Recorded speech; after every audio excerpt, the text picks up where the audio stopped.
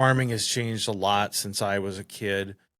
When I was, kid on the farm, you know, 40, 35, 40 years ago, I didn't really know anyone that had a semi, even a straight truck. The only truck that I saw was the milk truck that came in, and that was always a straight truck. And those guys, I think, pretty much always had a CDL license.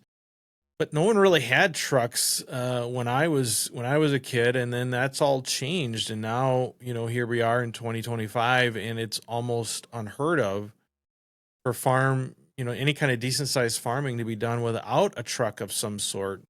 Hauling silage, hauling manure.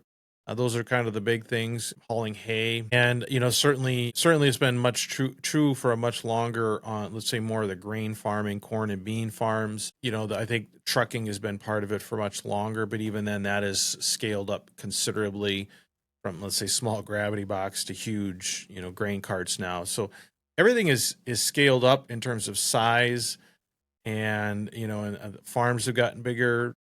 Farmers are having to haul farther.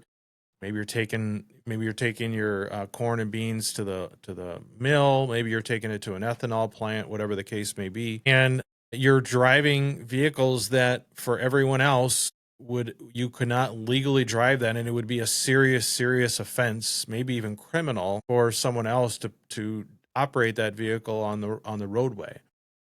So there's I think there's legitimate arguments on both sides of whether it's a good idea for that ag exemption to exist as it typically does, and to the extent that it does, in as much as it you're not even required to be 18, at least in Wisconsin, to legally drive a farm truck.